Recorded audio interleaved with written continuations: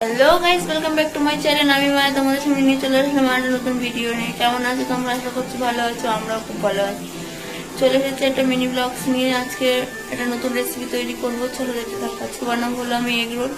চলো দেখতে থাকো, পুরো রেসিপিটা তোমার সাথে শেয়ার করবো। ভালো লাগলে লাইক কমেন্ট চ্যানেলটাকে সাবস্ক্রাইব করে দিয়ে চলে যেতে থাকো। তারপরে দেখো আমি কি কি জোগাড় করে নিয়েছি। এখানে ময়দা, এখানে ডিম, মাংস, চানাচুর, শসা, তারপরে হলো এখানে হলো কাঁচা লঙ্কা, বিট আমি কুচিয়ে নিয়েছি সব।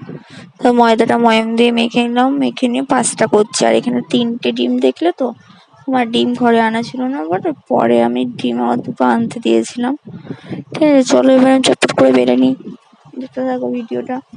সব কটা আমি বেলে নিয়েছি, বেলে নিয়ে আমি ডিমগুলো না ফাটিয়ে নিয়েছি। 5টা ডিমও ফাটিয়ে নিয়ে হালকা একটু লবণ দিচ্ছি, সেটা দেখাতে আমি তোমাকে ভুলে গেছি।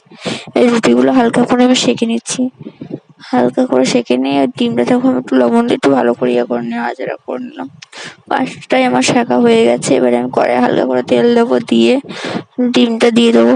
ডিমটা দিয়ে একটু ছড়িয়ে দেবো। ডিমটা দিয়ে একটা করে রুটি দিয়ে ভালো করে ভেজে নেবো। তারপরে ভালো করে সবকটা চটপট করে ভেজে নিই আমি।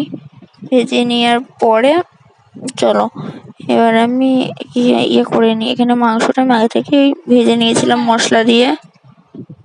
তারপরে আমি শসা দিয়ে দিলাম, পেঁয়াজ দিয়ে দিলাম, কাঁচা লঙ্কা দিলাম, বিট দিয়ে দিলাম, চানাচুর দিয়ে দিলাম। এই মাংসটা এবার দিয়ে দেবো, দিয়ে সস দিয়ে দেবো। মাংসটা আমি মশলা ছিল আমার ঘরে, মশলা দিয়ে ভালো করে মাখিয়ে নুন হলুদ দিয়ে তেলে ভেজেছি। এবার আমি কাগজ কেটে নিয়েছি, এবার রোলের মতন করে পেঁচিয়ে নিলেই রেডি আমার চিকেন রোল। রেসিপিটা যদি ভালো লাগে থাকে লাইক কমেন্ট শেয়ার, চ্যানেলকে সাবস্ক্রাইব করে দেবে। দেখতে কত সুন্দর লাগছে না বলো? ঠিক আমার ননদ কি বলছে, চলো দেখো ভিডিওটা কেমন হয়েছে বল,